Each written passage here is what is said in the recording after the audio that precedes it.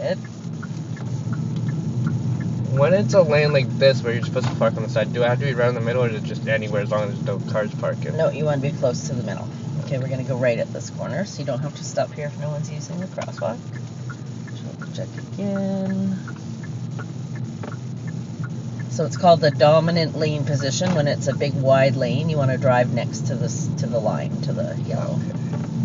And that just leaves the right side for parking and other things, right? And when it's like this, you just kind of guess. Yeah, this one is kind of, there's no line, so you just draw an imaginary line down the middle and use your half. Okay, so we're going to go left at the stop sign up here.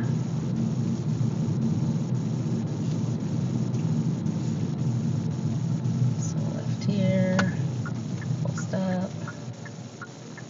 Okay, let's peek out to see.